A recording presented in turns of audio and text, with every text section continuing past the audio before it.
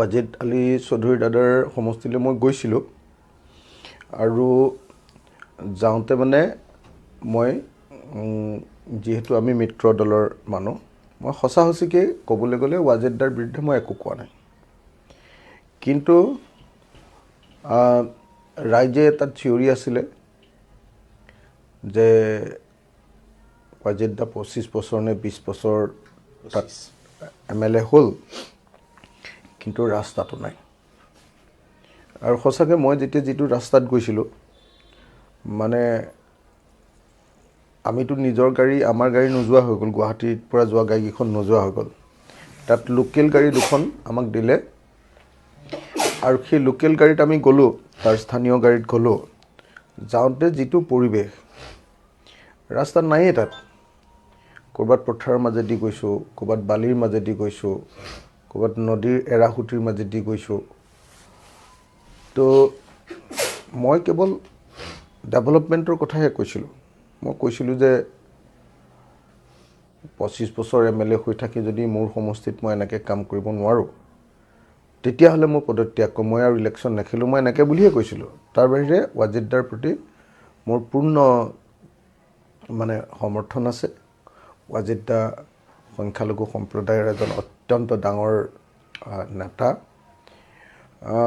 কিন্তু আমি এটা কথা মানিব লাগিব যে আমি সংখ্যালঘু সম্প্ৰদায়ক নিৰাপত্তা দিয়াৰ লগে লগে সেই অঞ্চলৰ ডেভেলপমেণ্টৰ প্ৰতিও আমাৰ দায়বদ্ধতা থাকে কিন্তু যদি আমি 25 বছৰ শাসন কৰি 25 বছৰ ক্ষমতাত থাকি অঞ্চলটোলৈ যদি মিনিমাম কামকেইটা কৰি নিদিওঁ ৰাস্তাকেইটা বনোৱা নদী ভাঙা গৰাখহনীয়া অঞ্চলটোৰ সুব্যৱস্থা কৰি নিদিওঁ তেতিয়াহ'লে মানে মানুহে সেইটোক লৈ ভাল নাপায় এণ্টি ইনকামবেঞ্চি থাকে মই তাৰ বাহিৰে একদম সঁচা কথা কৈছোঁ ৱাজিদ দাৰ বিৰুদ্ধে মই এটাও শব্দ কোৱা নাই পাব্লিকে তলৰ পৰা চিঞৰিছে মই কৈছোঁ ঠিক আছে ৱাজিদ দাৰ প্ৰতি মোৰ সমৰ্থন আছে আৰু যদি আমাৰ ৱাজিদ দা যদি তাৰ হেৰিয়াৰ আমাৰ মিত্ৰজোঁটৰ তেখেত প্ৰাৰ্থী হয় আমাৰ বিৰোধী ঐক্য মঞ্চৰ যদি প্ৰাৰ্থী হয় মই তেখেতৰ সেই কেম্পেইন কৰিব যাম গতিকে এতিয়া বেছিকৈ মোৰ বিৰুদ্ধে গাই থাকিলে পিছত মই নাযামহে তেতিয়া তেখেতৰহে লোকচান হ'ব তেওঁতো কৈছে যে অখিল গগৈ মিত্ৰতা কৰিব নাই এইবিলাক কথা কৈ ফুৰিছে আমাৰ বিশ্বাসেই নহয় তেওঁ যে মিত্ৰতা কৰিব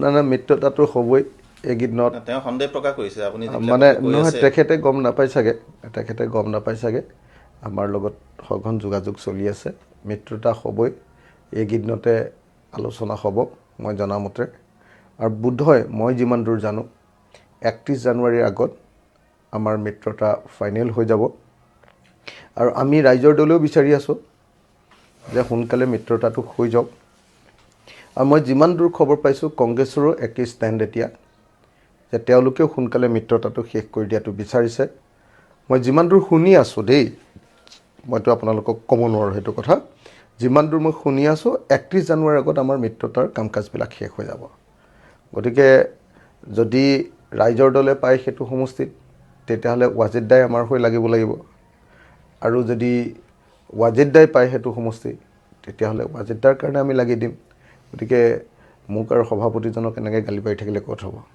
মইতো প্ৰেক্টিকেল ফিল্ডত যাওঁতে ৰাইজে কোৱা কথা এটা মই ৰিপিট কৰি দিছোঁ অকল কিন্তু তেওঁ কৈছে যে সংখ্যালঘু য'ত চিটিং MLA আছে তাত সোমাই পেলাই আপুনি চিটিং MLA মানে মোক মই আপোনাক এটা কথা কওঁ যে বেচিকেলি আমি সোমাইছোঁ AIDFৰ সমষ্টিবিলাকত বেচিকেলি এটা দুটাত আৰু ক'ৰবাত কংগ্ৰেছ যদি MLA আছে এটা বা দুটাত যেনেকৈ ধৰক তেখেতৰ সমষ্টিটো মানে আমি নহ'লে নোসোমালোহেঁতেন যথেষ্ট এণ্টি ইনকামবেঞ্চি আছে কাৰণে মানুহৰ মাজত নহ'লেতো আমি কংগ্ৰেছৰ সমষ্টিবিলাকলৈ যোৱাই নাই আমি যিবিলাক সমষ্টিলৈ গৈছোঁ চাওক আমি ঢিঙলৈ গৈছোঁ আজি মই ঢিঙলৈ গৈছোঁ কংগ্ৰেছৰ সমষ্টিত যোৱা নাই নহয় মই দলগাঁও গৈছোঁ কংগ্ৰেছৰ সমষ্টিত যোৱা নাই নহয় আপোনালোকে যদি চায় এটা এটাকৈ মই কালি আহিছোঁ হেৰিয়াৰ পৰা কি কয় এইটো আপোনাৰ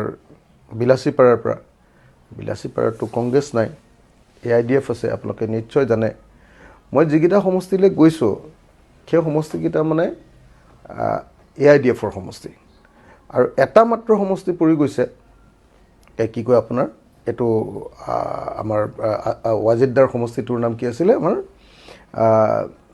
বীৰ সিং জৰুৱা এটা মাত্ৰ সমষ্টি পৰিছে আৰু সেই সমষ্টিটোত গৈছোঁ এটা কাৰণতে যে তাত সাংঘাতিক ধৰণে এণ্টি ইনকামবেঞ্চি এটা গঢ়ি উঠিছে যদি আমি নাযাওঁ তেতিয়াহ'লে তাত AIDF সোমাই দিব যিহেতু এণ্টি ইনকামবেঞ্চি আছে দীৰ্ঘদিন ধৰি যিহেতু হেৰি আছে সেইকাৰণে মই ভাবোঁ যে কথাবিলাক প্ৰেক্টিকেল হ'ব লাগে আমি কংগ্ৰেছৰ বিৰুদ্ধে এটাও বাক্য কোৱা নাই ক'ৰবাত কোনোবাই মানে স্থানীয়ভাৱে স্থানীয় দুটা এটা সমস্যাৰ ক্ষেত্ৰত যেনেকৈ ধৰক এইটোৱেই বীৰ সিং জৰুৱাত স্থানীয় ৰাস্তাটোৰ বিষয়ে কৈছোঁ তাৰ বাহিৰে কংগ্ৰেছৰ বিৰুদ্ধেতো এটাও কোৱা নাই আমি একেলগতে এইবাৰ হিমন্ত বিশ্ব শৰ্মা আৰু আপোনাৰ বদৰুদ্দিন আজমলক একেলগতে এফালে কংগ্ৰেছ এফালে ৰাইজৰ দলে ধৰি দলিয়াই দিম বুলিহে কৈ আছোঁ ব্ৰহ্মপুত্ৰলৈ কিন্তু তেওঁতো কৈছে যে আপোনাৰ ভৰি তলৰ মাটি নাই আপুনি হৰাটো মানে নিশ্চিত বুলি তেওঁ কালি তেওঁ কৈছে আপুনি ইমান কঠোৰ সমালোচনা কৰিছে সেইটোতো আমাৰ শিৱসাগৰৰ ৰাইজে সিদ্ধান্ত ল'ব আৰু মোৰ বৰ বেছি আপত্তিও নাই যদি শিৱসাগৰৰ ৰাইজে মোক হৰুৱাই দিয়ে সেইটোতো মোৰ আপত্তি নাই আৰু আপোনালোকে শিৱসাগৰলৈ গৈ চাই ল'ব যিজন মানুহে মই অসমৰ মুখ্যমন্ত্ৰী অসমৰ এই সময়ৰ ৰাজনীতিৰ আটাইতকৈ ডাঙৰ ফিগাৰটোক মই দাবী কৰি আছোঁ যে আপুনি শিৱসাগৰলৈ আহক আমি আপোনাৰ লগত ইলেকশ্যন খেলোঁ মোৰ যদি জনভিত্তিয়ে নাই মই বাৰু এনেকৈ চেলেঞ্জ কৰি থাকিব পাৰিম নেকি আপুনি নিজে কওক আপুনি নিজে কওক যদি শিৱসাগৰত মোৰ জনভিত্তি নাই তেতিয়াহ'লে মই হিমন্ত বিশ্ব শৰ্মাক তালে এনেকৈ প্ৰত্যাহ্বান জনাই থাকিব পাৰিম নেকি যে আপুনি আহক ইলেকশ্যন খেলিবলৈ মই কেলৈ প্ৰত্যাহ্বান জনাই আছোঁ শিৱসাগৰ হ'ল অসমৰ খিলঞ্জীয়া থলুৱা মানুহৰ একদম আটাইতকৈ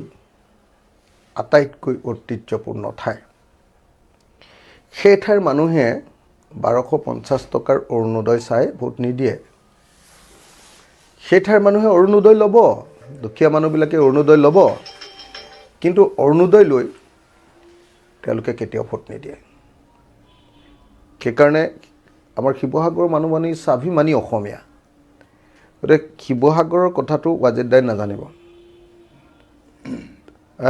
শিৱসাগৰত সংখ্যালঘু পলিটিক্স নচলে তাত অসমীয়া জাতীয়তাবাদৰ পলিটিক্স চলে তাত অসমৰ প্ৰগতিশীল জাতীয়তাবাদ প্ৰমোদ গগৈ আমাৰ গুৰুত্বপূৰ্ণ আপোনালোকে নিজে চাই লওক কোন তাত জয়ী হৈছে গতিকে শিৱসাগৰটোৰ কথা তেখেতে ভাবিব নালাগে এইটো মই ভাবি ল'ম বীৰ সিং জৰুৱাৰ কথাটো দাদাই ভাবি ল'লে হ'ল দাদাৰ প্ৰতি মোৰ শুভেচ্ছা আছে যদি তেখেতে ছিটটো পায় তেতিয়াহ'লে তেখেতৰ হৈ খেলিম আৰু যদি আমি ছিটটো পাওঁ তেখেতে আমাক সহায় কৰিব লাগিব আপুনি কৈছে আপুনি কেলৈ বজাই আছে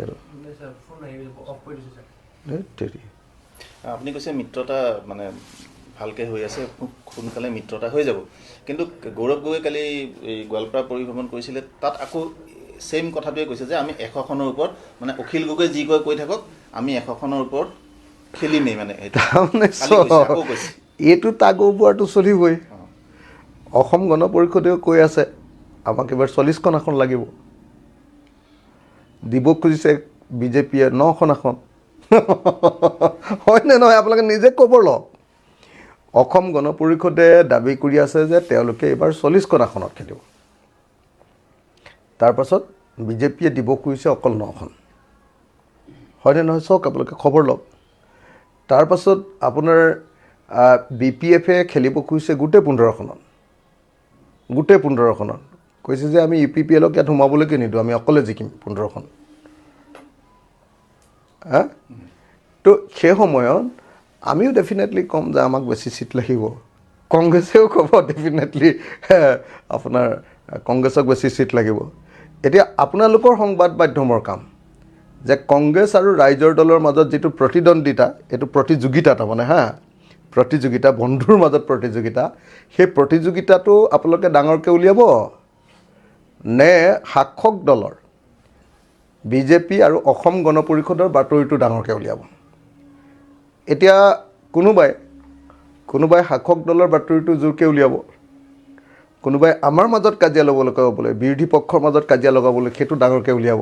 হয়, মিত্ৰতাৰ পূৰ্বে যে গৌৰৱ গগৈ ৰিপিটেডলি কৈ আছে মিত্ৰতাটো এতিয়া ফাইনেল, মানে আপুনি ময়োতো কৈ আছোঁ ন, গৌৰৱ গগৈ যেনেকৈ কৈ আছে যে আমি ইমানখনত খেলিম, ময়ো কৈ আছোঁ আমাক একদম উপযুক্ত আসন দিবই লাগিব, আমি বাৰু সংখ্যাটো কোৱা নাই। গতিকে এইবিলাক চলি থাকিব। গৌৰৱো প্ৰেক্টিকেল, ময়ো প্ৰেক্টিকেল, আমি ৰাজনীতি কৰা মানুহ। চাওক, দেৱব্ৰত দাই কিবা এটা ক'ব, ময়ো কিবা এটা ক'ম, ৰকিবুল দাই কিবা এটা ক'ব, ময়ো কিবা এটা ক'ম, গৌৰৱে কিবা এটা ক'ব, ময়ো কিবা এটা ক'ম, ৰিপুণ দাই কিবা এটা ক'ব, ময়ো কিবা এটা ক'ম। এইবিলাক আমাৰ চলি থাকিব। এইবিলাকক লৈ কোনোপধ্যে কোনো ধৰণৰ সংঘাত আমাৰ মাজত নহয়। গৌৰৱে বিচাৰিব যে আটাইতকৈ ভাল ছিটকেইটা কংগ্ৰেছে খেলক, আমি বিচাৰি আছোঁ যে আটাইতকৈ ভাল ছিটকেইটা আমাক লাগে। এইটোতো চলি থাকিব ন। সেই চলি থকাটো এইটো হ'ল বন্ধুৰ মাজত প্ৰতিযোগিতা। আমাৰ নিজৰ ঘৰত বায়েক আৰু ভনীয়েকৰ মাজত কম্পিটিশ্যন চলি থাকে নাই, মইহে এইবাৰ ৰিজাল্ট ভাল কৰিম বেছি। ককাই আৰু ভাইৰ মাজত কম্পিটিশ্যন চলি থাকেনে নাই, যে নাই মইহে দেউতা মাৰ আগত বেছিকৈ এক্সপাৰ্টাইজ প্ৰতিপন্ন কৰিম। এইটো চলি থাকে। আমাৰ মাজতো এইটো চলি আছে। কাইলৈ পৰহিলৈ আলোচনাৰ মজিয়াত বহাৰ লগে লগে গৌৰৱে অখিল গগৈয়ে 2 ঘণ্টা বহাৰ লগে লগে কথা শেষ। আপোনালোকে কোনো ষ্টৰি কৰিবলৈ নিউজেই নাপাব তাতে। খেলা খতম, একেলগতে দুইটা হাতত ধৰি একেলগতে প্ৰেছ মিটত কৈ দিম, আমাৰ মাজত বুজাবুজি শেষ। কিন্তু আপুনি মাজে মাজে যে কৈ থাকে ফ্ৰেণ্ডলি কণ্টেষ্ট কৰিম বুলি, যদি মানে আপুনি খোজা মতে আসন নাপায় বা তেনেকুৱা ধৰণৰ, আপুনি মই যিটো কথা কৈ থাকোঁ সেইটো হ'ল যে সংখ্যালঘুৰ চিটো আমাক এটা দুটা লাগিব। যদি আমাক এটাও নিদিওঁ বুলি ভাবে আৰু গোটেইখিনি যদি অকল কংগ্ৰেছে খেলিম বুলি ভাবে, তেতিয়াহ'লে আমি ফ্ৰেণ্ডলি খেলিম সংখ্যালঘু এলেকাত। মানে বাকী এলেকা মাইনৰিটি বেল্টত বিজেপি জিকিব নোৱাৰে, বিজেপি মাইনৰিটিৰ বিৰোধী। আপুনি যিটো ফ্ৰেণ্ডলি কণ্টেষ্ট কৰিম বুলি কৈছে সেইটো মাইনৰিটি বেল্ট লৈ পেলাই। হয়। মানে মই এইটো কৈ আছোঁ যে যদি আমাক সঁচাকৈ একেবাৰে কম আসন দিব খোজে, তেতিয়াহ'লে ঠিক আছে, তথাপিও আমি এলায়েন্স নাভাঙোঁ। এলায়েন্সটো আমি নাভাঙোঁ। কম আসন আমাক দিলে কিন্তু আমি কি কৰি দিম, তেতিয়া ক'ম যে ঠিক আছে, এইকেইটা চিটত আমাক আপোনালোকে বন্ধুত্বমূলক ইলেকশ্যন খেলিবলৈ দিয়ক। তেতিয়া কি হ'ব, আমাৰ 6% ভোটটো আমাৰ কনফাৰ্ম হৈ যাব। এইবাৰ আমাৰ ৰিকগনিশ্যনৰ কাৰণে 6% ভোট লাগিবই, আৰু আমাৰ 4জন বিধায়ক আমি জিকিবই লাগিব এবাৰ মিনিমাম। তেতিয়াহে আমাৰ পাৰ্টিটো ৰিকগনাইজ হৈ যাব। মানে মইতো মোৰ পাৰ্টিটোৰ ৰিকগনিশ্যনৰ কাৰণে কাম কৰিম ন, আৰু মই বিচাৰিম যে আমাৰ পাৰ্টিটোৱে এইবাৰ চৰকাৰ যিখন হ'ব সেইখনত এটা গুৰুত্বপূৰ্ণ ভূমিকা লওক। গতিকে কৈছোঁ যে যদি কংগ্ৰেছ দলে যিবিলাক চিটত একেবাৰে বিজেপি জিকিবই নোৱাৰে জনসংখ্যাৰ গাঁথনিৰ পিনৰ পৰাই, কাৰণ বিজেপিয়ে সংখ্যালঘুবিলাকক শত্ৰু বুলি ঘোষণা কৰি নিদিয়ে জানো, তো গতিকে সংখ্যালঘুটো আৰু বিজেপিক ভোট নিদিয়ে। এই যে ভোট নিদিয়া যিকেইটা সমষ্টিত য'ত হয় কংগ্ৰেছ আৰু আমি যদি উঠোঁ, হয় কংগ্ৰেছ জিকিব, আমি জিকিম, তেতিয়াও আমাৰ বিৰোধী মিত্ৰতাৰ মাজতে থাকি যাব। সেইকাৰণে মই মাজে মাজে কৈ থাকোঁ যে ঠিক আছে, আমি সংখ্যাগুৰু সমষ্টিকেইটাত এলায়েন্সটো কৰি লওঁ, আৰু সংখ্যালঘু সমষ্টিকেইটাত আমি তেতিয়াহ'লে যদি কংগ্ৰেছে আমাক ভালকৈ ছিট দিব নোখোজে, তেতিয়াহ'লে আমি বন্ধুত্বমূলক খেলোঁ। তেতিয়া ওলাই যাব ন গোটেই কথাটো তেতিয়া ওলাই যাব, আৰু তেতিয়া আমাৰ মাজতে থাকিব। আপোনালোকে নিশ্চিন্ত থাকক, 2026 চনৰ এইবাৰ চৰকাৰ বিৰোধী মিত্ৰজোঁটৰ হ'ব। আপোনালোকে নিশ্চিত থাকক যে ইলেকশ্যন শেষ হ'ব আৰু অসমত ভুৱা এনকাউণ্টাৰৰ বিৰুদ্ধে তদন্ত আৰম্ভ হ'ব। নিশ্চিন্ত হৈ থাকক আপোনালোকে নিশ্চিন্ত থাকক। এই যে এতিয়া ভোটাৰ তালিকা যে আপোনাৰ হেৰি কৰি আছে, কি কয় আপোনাৰ ভুৱা নাম ভৰ্তি কৰিছে আৰু থকা মানুহবিলাকৰ নাম যে কাটিব কৰিছে, যি এই অফিচাৰে এই কামটো কৰিছে আৰু যাৰ নিৰ্দেশত এই কামটো চলি আছে, চৰকাৰ ভাগিব, বিজেপিৰ লগে লগে তদন্ত হ'ব, চব জেলত যাব। যিবিলাকে এনেকুৱা কেলেংকাৰী কৰিছে, 2 নম্বৰী কৰিছে, চব জেলত যাব। আপোনালোকে মনত ৰাখক, যিখন চৰকাৰত অখিল গগৈ থাকিব, সেইখন চৰকাৰ ইমান সহজ চৰকাৰ নহ'ব। হিমন্ত বিশ্ব শৰ্মাৰ পিছে দৌৰি মানুহক অন্যায় কৰিব খোজা চব অফিচাৰে সাৱধানে থকা ভাল। যিবিলাক ভাল অফিচাৰ আছে তেওঁলোকৰ প্ৰতি আমাৰ সদায় সন্মান আছে। কিন্তু যি ধৰণে অন্যায় কৰি যিবিলাক পুলিচে ৰাতি 2টা বজাত মানুহক গুলিয়াই মাৰে, সদায় এৰিম নেকি? ভুৱা এনকাউণ্টাৰৰ ওপৰত প্ৰথম গোচৰটো লগোৱা হ'ব। চৰকাৰ গঠন হ'ল 24 ঘণ্টাৰ ভিতৰত ভুৱা এনকাউণ্টাৰৰ বিৰুদ্ধে 80জন মানুহক হিমন্ত বিশ্ব শৰ্মাই এনে গুলীয়াই হত্যা কৰিছে। 284জন মানুহ জীৱনৰ কাৰণে ঘূণীয়া কৰি দিছে ভুৱা এনকাউণ্টাৰ কৰি। এতিয়া সদায় এৰিম নেকি? ইমান মানুহ মাৰি হিমন্ত বিশ্ব শৰ্মাক ক'লৈ যাব? এইটোতো নহ'ব। গতিকে আপোনালোকে নিশ্চিন্ত হৈ থাকক যে 2026 চনত চৰকাৰ বিৰোধী পক্ষৰ হ'ব আৰু সেই চৰকাৰত ৰাইজৰ দল থাকিম। আৰু যদি ৰাইজৰ দল থাকে কেইটামান কাম কনফাৰ্ম কৰি লওক। 1 নম্বৰ কথাটো যে ভয়মুক্ত অসম, বিদেশীবিলাক চব যাব লাগিব অসমৰ পৰা। এটা বিদেশীকো নাৰাখোঁ, হিন্দু হওক মুছলমান হওক, এটা বিদেশীকো নাথাকক। তাৰপিছত NRC-খন কমপ্লিট কৰি এবছৰৰ ভিতৰত স্বদেশীবিলাকক চবকে নেশ্যনেল আইডেণ্টিটি কাৰ্ড দি দিম। কোনেও ডিষ্টাৰ্ব কৰিব নোৱাৰে। আৰু যি বিদেশী আছে আইডেণ্টিটি কাৰ্ড নাথাকিব, আৰু আইডেণ্টিটি কাৰ্ড নাথাকিলে সি অসমৰ পৰা বাহিৰ হ'ব লাগিব। যা ইয়াৰ পৰা যা, নালাগে। বিদেশী হিন্দু হওক মুছলমান হওক, মনত ৰাখিব। আৰু তাৰপাছত ভয়মুক্ত অসম। এই যে ভয়ে থাকিব লাগে, ফেচবুকত এটা কথা লিখিলে মানুহ জেইলত যাব লাগে। মই আপোনালোকক গেৰাণ্টি দি দিছোঁ, যিদিনা ৰাইজৰ দল চৰকাৰত সোমাব সেইদিনাৰ পৰা অসমৰ গণতান্ত্ৰিক ৰাইজে চৰকাৰক সমালোচনা কৰিব পাৰিব। একদম পূৰ্ণ গণতান্ত্ৰিক ৰাজ্য এখন ইয়াত পাব। কোনেও ভয় কৰি যাই থাকিব নালাগে। ভয়মুক্ত অসম এখন গঠন কৰি দিম। 2, 3 মই আৰু দুটামান আপোনালোকক গেৰাণ্টি দি দিছোঁ। 5 বছৰৰ ভিতৰত অসমত পথাৰত পানী নথকা, একডৰাও পথাৰ নাথাকিব।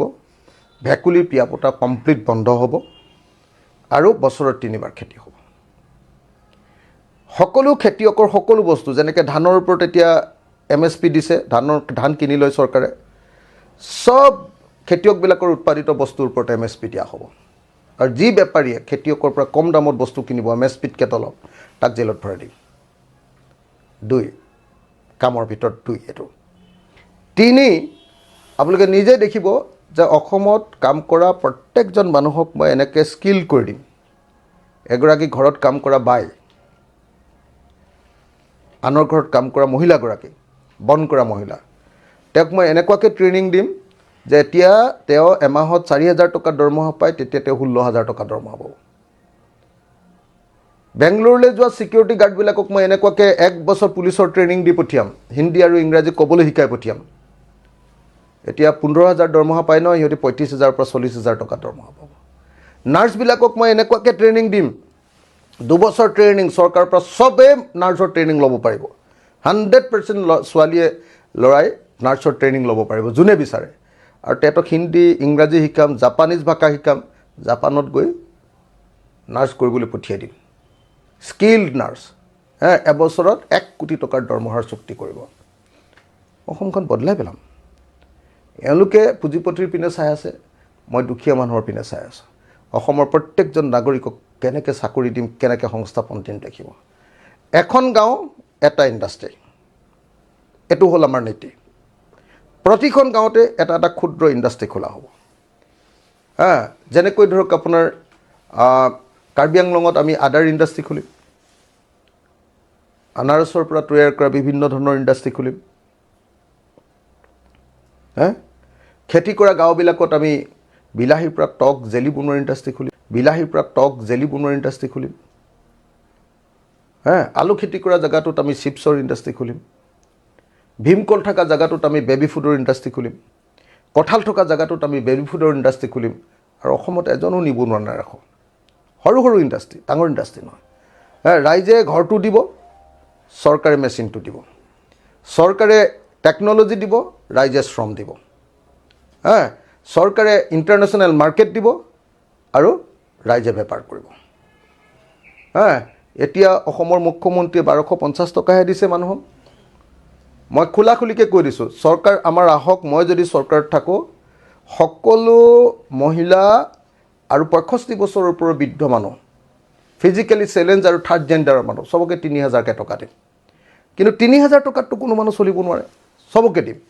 কিন্তু তাৰ পাছত এটা নিশ্চয়তা প্ৰদান কৰিম যে প্ৰতি ঘৰ মানুহৰ কমেও এজন মানুহে অন্ততঃ 30,000 মান টকা দৰমহা পোৱা এটা কাম পাব, নিশ্চয়তা। মোৰ সেইটো প্লেনিং আছে, আমাৰ সেই ধৰণৰ আপোনাৰ হেৰি আছে, আমি কৰিব পাৰিম, গেৰাণ্টিড, গেৰাণ্টিড।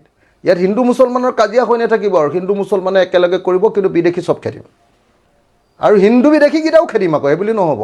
হিমন্তই ৰাখিব খোজা যিখন আনি যে হিমন্তই যিবিলাক হিন্দু বিদেশী ৰাখিব খুজিছে, তেওঁৰ এই মালিগাঁৱতে আছে না, তেওঁৰ মালিগাঁও পাণ্ডুতে এতিয়াও বহুত মানুহ সোমাই, চব উলিয়াম এটা এটাকৈ খেদি। আৰু মুছলমান বিদেশীও থাকিব নোৱাৰিব, এই ধুবুৰীত থাকক বা গুৱাহাটীত থাকক, এইটো হাইলাকান্দি থাকক বা আপোনাৰ পাহাৰত থাকক, মুছলমান বিদেশী হওক হিন্দু বিদেশী হওক, এটা ইয়াত যদি থাকিব পাৰে মই শাসন কৰাৰ পাছত, আমি ক্ষমতালৈ অহাৰ পাছত, আমাৰ চৰকাৰ থকাৰ পাছত, আপোনালোকে নিজে দেখিবলৈ পাব। এখন নতুন অসম গঠনৰ স্বপ্ন দেখিছোঁ। প্ৰত্যেকজন অসমীয়াক স্বাভিমানী অসমীয়া ৰূপে গঢ়ি তুলিব খুজিছোঁ, প্ৰত্যেকজন অসমীয়াক। গতিকে আপোনালোকৰ পৰা সহযোগিতা বিচাৰিছোঁ। আপোনালোকে আমাক কাজিয়া লগা কথাবিলাক বেছিকৈ সুধি নাথাকিব। আমি লগ লাগিলেহে এইবাৰ হিমন্ত বিশ্ব শৰ্মা আৰু বদৰুদ্দিন আজমল ধৰ্মৰ ৰাজনীতি কৰা মানুহকেইটাক ব্ৰহ্মপুত্ৰলৈ দলিয়াব পাৰিম। অসম শান্তি, সম্প্ৰীতি, ভয়মুক্ত অসম এখন গঠন কৰিব পাৰিম। তেনেকুৱা এখন অসম গঠন কৰিবৰ কাৰণে কষ্ট কৰি আছোঁ। তাততো কম্পিটিশ্যন থাকিব, কংগ্ৰেছৰ লগতো কম্পিটিশ্যন থাকিব, বেলেগ বেলেগ দলবিলাকৰ লগতো কম্পিটিশ্যন থাকিব। কিন্তু মই আপোনালোকক খাটাং কৰি দিছোঁ, এইবাৰ এলায়েন্স হ'বই, এলায়েন্স হ'বই। আৰু এলায়েন্স হৈ এইবাৰ বিজেপিক হৰুৱামে, এইবোৰ খাটাং থাকক। বিজেপিয়ে এটা সমষ্টিত 100 কোটি টকা খৰচ কৰিলেও এইবাৰ জিকিব নোৱাৰিব, 100 কোটি টকা খৰচ কৰিলেও জিকিব নোৱাৰিব। সেইকাৰণে মই আপোনালোকক খাটাংকৈ কৈছোঁ, মানুহৰ মুডটো আপোনালোকে ইয়াত গুৱাহাটীত থাকি এনেই হিমন্ত বিশ্ব শৰ্মাৰ কথা শুনি হিমন্ত বিশ্ব শৰ্মাৰ 1250 টকা ল'বলৈ অহা মানুহবিলাকৰহে আপুনি মনটো লৈ আছে। মইতো হিন্দু, মুছলমান, খ্ৰীষ্টান, জৈন, বড়ো, মিচিং, কাৰ্বি কাৰ ঘৰলৈ নাযাওঁ, একদিনতো 1 ছেকেণ্ড ফ্ৰীকৈ নাথাকোঁ। প্ৰতিটো সময়তে মই মানুহৰ লগত আছোঁ, টাউনৰ মানুহৰ লগত, শ্ৰমজীৱী অট'লা এজনক সোধক আপুনি ভালকৈ, ভালকৈ। টমটম চলোৱা মানুহজনক আপুনি সোধক, বেটেৰী ৰিক্সা সেই মানুহজনক সোধক, আপুনি টেক্সি চলোৱা মানুহজনক সোধক। প্ৰত্যেকজন শ্ৰমজীৱী মানুহে কৈছে যে নাই নোৱাৰোঁ, 3 টকাৰ মুৰ্গীৰ ডিমৰ দাম যদি 10 টকা হয় আমি কেনেকৈ চলিম। 3 টকাৰ নিমখৰ দাম 35 টকা হ'ল, 414 টকা গেছ চিলিণ্ডাৰৰ দাম 1152 টকা হ'ল। তাৰপিছত অকল হিন্দু মুছলমান কৰি থাকিলে পৃথিৱীখন চলিব নেকি? অকল হিন্দু মুছলমান, হিন্দু মুছলমান, হিন্দু মুছলমান, চব আঞ্জাতে অকল খালি মিয়া মিয়া মিয়া। হিমন্তৰ যিমান আঞ্জা আছে চব আঞ্জাৰ মছলা এটাই, মিয়া মছলা। এটা মছলা খাই মানুহ জীয়াই থাকিবনে? আপুনি নিজে কওক। চবতে খালি মিয়া মিয়া মিয়া মিয়া মিয়া। ওৰে ভাই, মিয়া যদি বিদেশী খেদাই দিয়া, তোমাৰ দিনত দুটা কাৰ্যকাল কটালা, 2টা কাৰ্যকালত অকল 1676 বিদেশীক খেদালা। এতিয়ালৈকে 1676 গৰাকী অকল বিদেশীক খেদিলা। মোক 5 বছৰ শাসন দিয়া, মোক 5 বছৰ গৃহ বিভাগ চলাবলৈ দিয়া, মই অসমৰ পৰা বিদেশী খেদি খেদি কেনেকৈ বাহিৰ কৰিম আপোনালোকে নিজে দেখিবলৈ পাব। কিন্তু স্বদেশী মানুহ প্ৰত্যেকজনে ইয়াত সন্মান সহকাৰে জীয়াই থাকিবলৈ পাব। মুছলমান বুলি মাৰ খাব নালাগে, খ্ৰীষ্টান বুলি মাৰ খাব নালাগে, পাঞ্জাবী বুলি ভয় কৰি থাকিব নালাগে, ট্ৰাইবেল বুলি বাকীকেইটাই টাউনলৈ আহিলে দম দিব, এনেকুৱা নহ'ব। একদম ভয়মুক্ত অসম, ভয়মুক্ত অসম, চবেই আত্মমৰ্যাদা সহকাৰে থাকিব পৰা অসম এখন তৈয়াৰ কৰিম। তো সেইকাৰণে মই আশা কৰোঁ যে আপোনালোকে প্লিজ আপোনালোকে আমাৰ বিৰোধীৰ মাজত কোনো কাজিয়া নাই। আজিৰ দিনটোত আমি বুজাবুজিত আছোঁ, আমি ফুনাফুনিত আছোঁ, আমাৰ অন্তৰৰ সম্পৰ্ক গঢ়ি উঠিছে। আমি এলায়েন্স কৰিম, কোনোবাই লগাব খুজিব পাৰে, আমি নালাগোঁ। সেইকাৰণে সকলোকে আহ্বান জনাইছোঁ, 2026 চনত বিজেপিক হৰুৱাবৰ কাৰণে সকলো ৰাইজ একলগ হওক, সকলো ৰাইজ ঐক্যবদ্ধ হওক। আৰু বিজেপিক এইবাৰ আমি যেনে তেনে ব্ৰহ্মপুত্ৰত দলিয়াব লাগিব। আৰু বিজেপিক দলিয়াবলৈ হ'লে মই মুছলমান মানুহবিলাকক খোলাখুলিকৈ কৈ দিছোঁ, বদৰুদ্দিন আজমলকো ব্ৰহ্মপুত্ৰত দলিয়াব লাগিব। আপোনালোকে যদি AIDF ধৰ্মীয় পাৰ্টিক ভোট দিয়ে, তেতিয়াহ'লে অসমৰ মানুহেও বিজেপিক ভোট দিব, উজনি অসমৰ মানুহ। আৰু উজনি অসমৰ মানুহে যদি ধৰ্মীয় পাৰ্টি, সাম্প্ৰদায়িক হিন্দু ধৰ্মীয় পাৰ্টিক ভোট দিয়ে, নামনি অসমৰ মানুহেও মুছলমান ধৰ্মীয় পাৰ্টিক ভোট দিব। গতিকে এই 2টা গেলাকে এইবাৰ ব্ৰহ্মপুত্ৰত পেলাই দিব লাগে। 2টা গেলিলে খেলা খতম সিহঁতৰ। ইহঁত দুইটাকে ব্ৰহ্মপুত্ৰত পেলাই দিব লাগে। মইতো সেইকাৰণে কৈ থাকোঁ বোলো একেখন চকীতে হিমন্তকো বহুৱাম, তাৰ ওপৰত বদৰুদ্দিনক বহুৱাই দিম, তাতেই কঁকাল ভাগি যাব হিমন্তৰ। বদৰুদ্দিনৰ যেতিয়া হেৰি ওপৰত বহি যাব না, তাৰ পাছত এফালে হিন্দু এফালে মুছলমান, দুইফালে মানুহ বহিব, চকীখন ধৰিম, ব্ৰহ্মপুত্ৰলৈ দলিয়াই দিওঁ, ইহঁতে দুয়োটাই গৈ বাংলাদেশত যি ৰাজনীতি কৰে কৰি থাকক, অসম আৰু অশান্তি কৰিব নালাগে। আপোনালোকৰ পলিটিকেল যিবিলাক মানে ৰেলী হয়, তাত বিভিন্ন ৰাইজ আহে, তাৰ মানে এইটো নহয় যে চবেই আপোনাক ভাল পায়।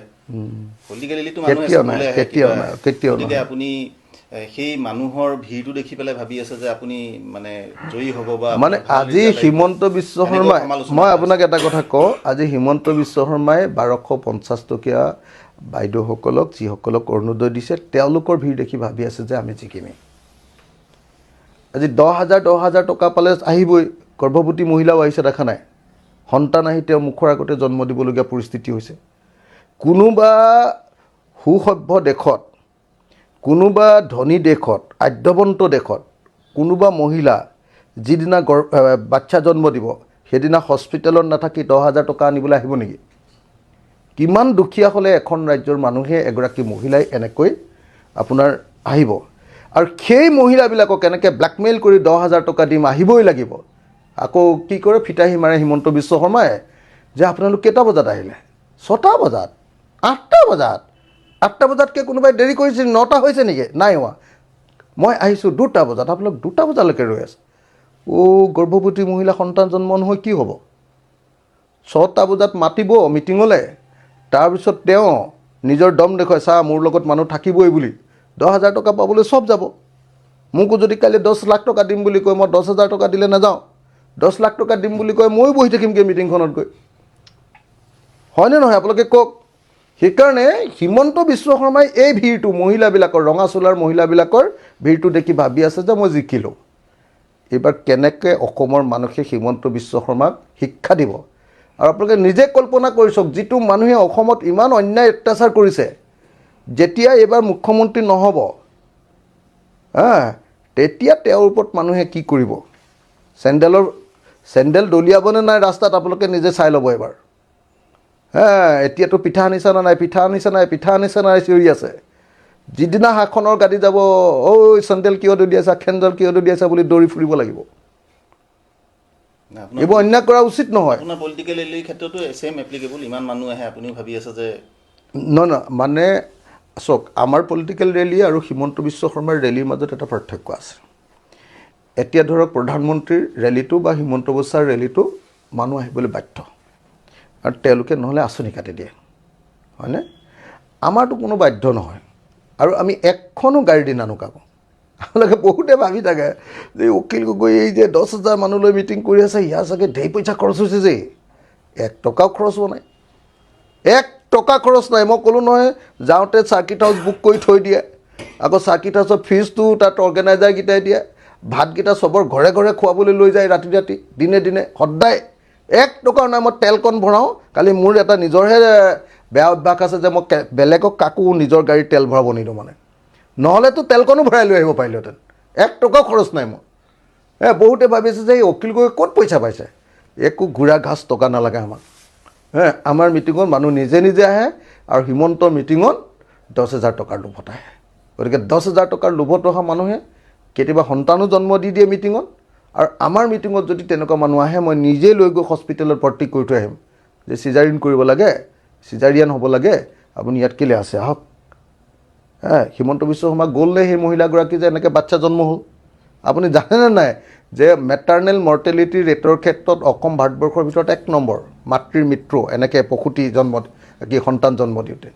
বাচ্চা জন্ম দিয়াৰ ক্ষেত্ৰত, মৃত্যুৰ ক্ষেত্ৰত অসম 3 নম্বৰ। অসমৰ গড় জনমূৰি বয়স ভাৰতবৰ্ষৰ ভিতৰত একদম তলৰ পৰা 4 নম্বৰ, তলৰ পৰা। বেলেগ ৰাজ্যৰ মানুহ বহুত দিন জীয়াই থাকে। আজিৰ দিনটোত অসম ভাৰতবৰ্ষৰ ভিতৰত 4 নম্বৰ দুখীয়া ৰাজ্য, 4 নম্বৰ দুখীয়া ৰাজ্য। এইটো কি কয়, মাল্টি ডাইমেনশ্যনেল পভাৰ্টি ইণ্ডেক্সত, মাল্টি ডাইমেনশ্যনেল পভাৰ্টি ইণ্ডেক্সত আমি 4 নম্বৰ আটাইতকৈ দুখীয়া। মই সেইকাৰণে আপোনালোকক কওঁ যে একেবাৰে দুখীয়া ৰাজ্যখনত অসমৰ মুখ্যমন্ত্ৰীয়ে অকল ধাৰকেইটা লৈ যোৱা 31 মাৰ্চত 1,77,000 কোটি টকা ধাৰ হ'ল। এইবাৰ 31 মাৰ্চ কাইলৈ পৰহিলৈ বাজেট দিবই নহয়। এতিয়া আপুনি গম পাব যে 2,30,000 কোটি টকা ধাৰ হ'ব। 2,30,000 কোটি টকা। এই তৰুণ গগৈৰ দিনলৈকে অকল 42,000 কোটি টকা ধাৰ আছিলে। 2,30,000। তাৰমানে হিমন্ত বিশ্ব শৰ্মা আৰু আপোনাৰ কি কয় সোণোৱালে মিলি 2 লাখ কোটি টকাৰ ধাৰ ল'লে। আৰু 2 লাখ কোটি টকাৰ ধাৰ লৈ কি বনালে? 2 লাখ কোটি টকা ধাৰ লৈ গুৱাহাটীত কেইখনমান ফ্লাইঅভাৰ, এই ব্ৰহ্মপুত্ৰ নদীৰ পাৰত পাৰ্ক দুখন, আৰু তাৰপিছত দুটামান মথাউৰি। তাতকৈ কি ভাল কাম কৰিলে মোক দেখুৱাওকচোন। মোক দেখুৱাওক যে কেইটা ইণ্ডাষ্ট্ৰী স্থাপন কৰিলে অসমৰ টকাৰে ধাৰ যে ল'লে, য'ৰ পৰা প্ৰডাকশ্যন হ'ব। মোক দেখুৱাওক। আপুনি দেখুৱাওক যে বিজনেছত ক'ত কিমানটা মানুহক, মইতো আপোনালোকক কৈ দিছোঁ, মই যদি চৰকাৰলৈ আহোঁ 10,000 কোটি টকা মই এক্সট্ৰাকৈ ৰাখি দিম। অকল যিবিলাক মানুহে প্ৰথম ইণ্ডাষ্ট্ৰী খুলিব, অসমীয়া ইণ্ডাষ্ট্ৰীৰ কাৰণে, ইণ্ডাষ্ট্ৰিয়েলিষ্টৰ কাৰণে মই 10,000 কোটি টকা এক্সট্ৰাকৈ ৰাখি দিম। কিন্তু এনেই নিদিওঁ আকৌ, ধাৰবিহীন লোন। 1 টকা সুত দিব নালাগে। কি কয়? সুতবিহীন লোন। 1 টকা সুত দিব নালাগে, ধাৰ দি দিম, যাতে অসমীয়াৰ লগতে কাম কৰিব পাৰে। এতিয়া আপুনি চাওকচোন কেনেকৈ দৌৰি থাকিব লাগে হিমন্তৰ দিনত। এটা ল'ৰাই যদি অসমীয়া ল'ৰাই লোন পাই, চাওক। Thank U.